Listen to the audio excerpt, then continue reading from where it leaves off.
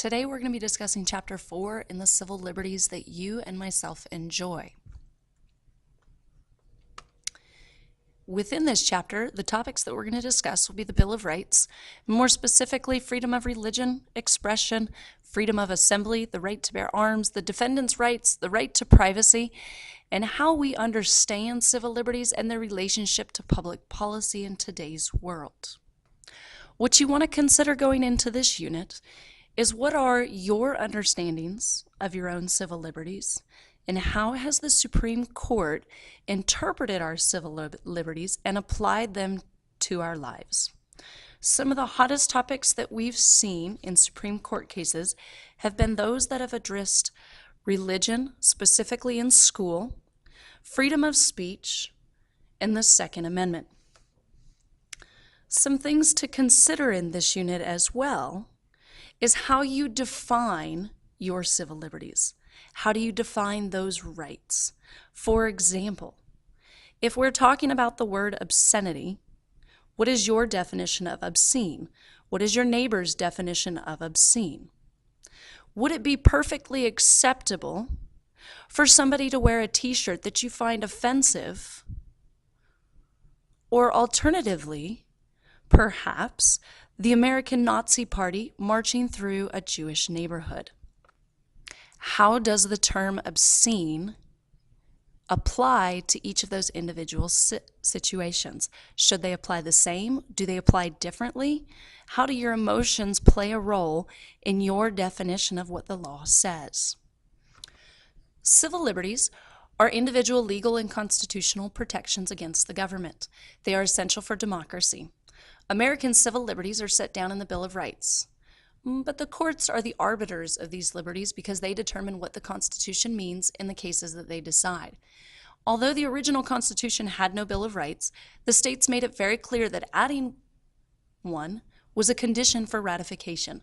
The first 10 amendments, which were ratified in 1791, comprised the Bill of Rights themselves.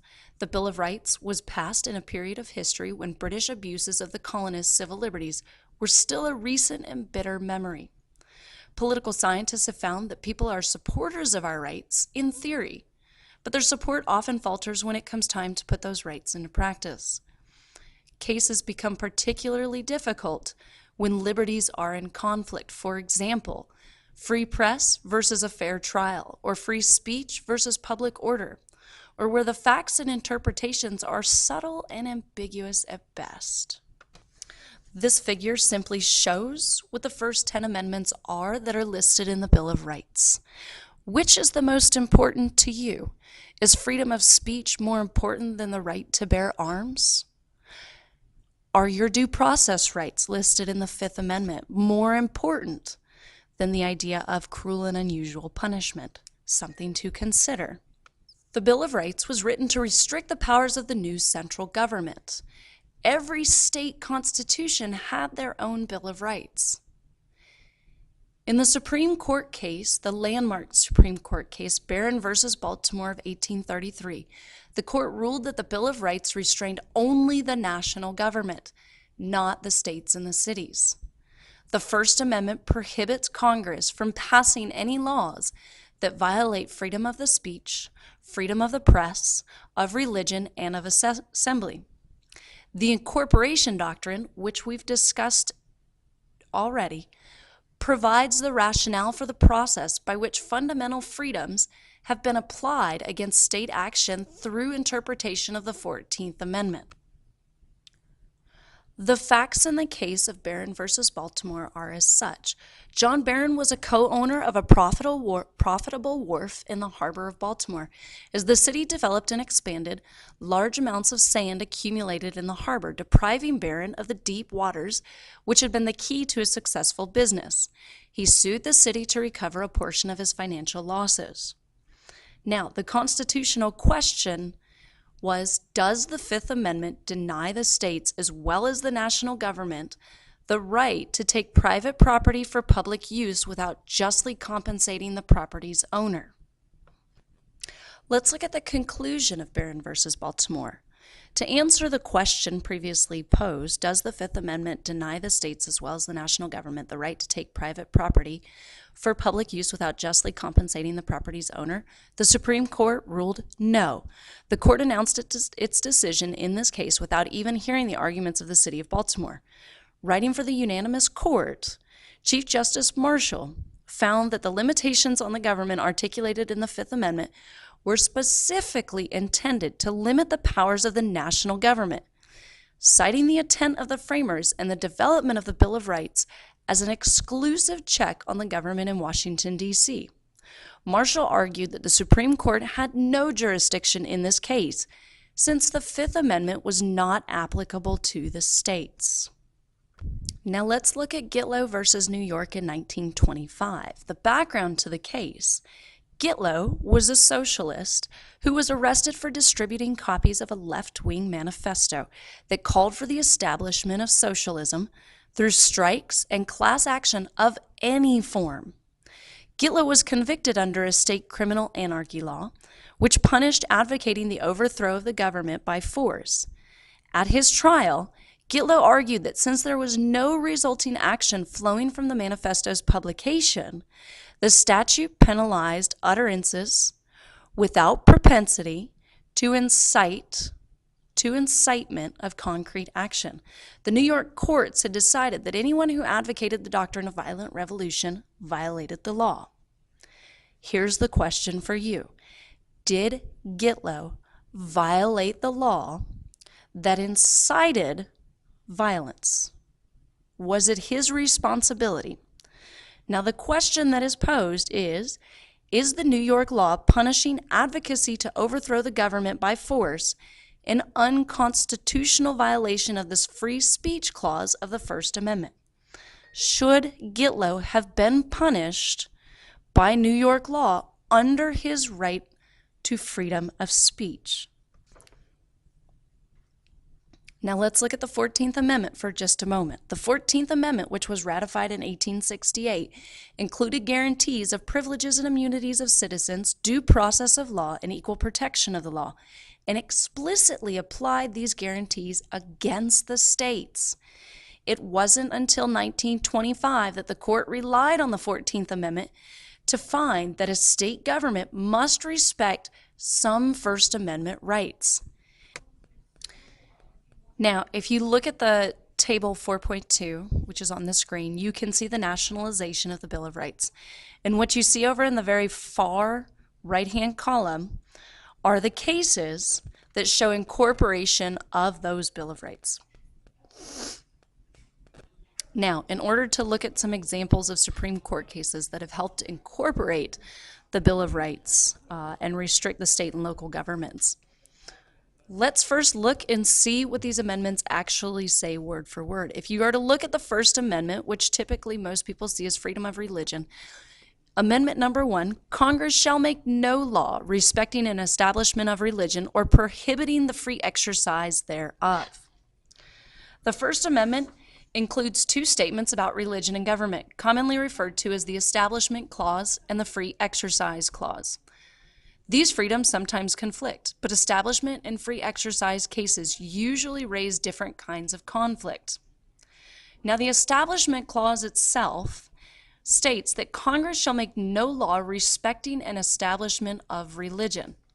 This clause clearly prohibits an establishment of a national church in the United States, which is really a reaction to the religious persecutions that had convinced many colonists to move to America to begin with. Debate still continues over what else the first Congress may have intended for the Establishment Clause.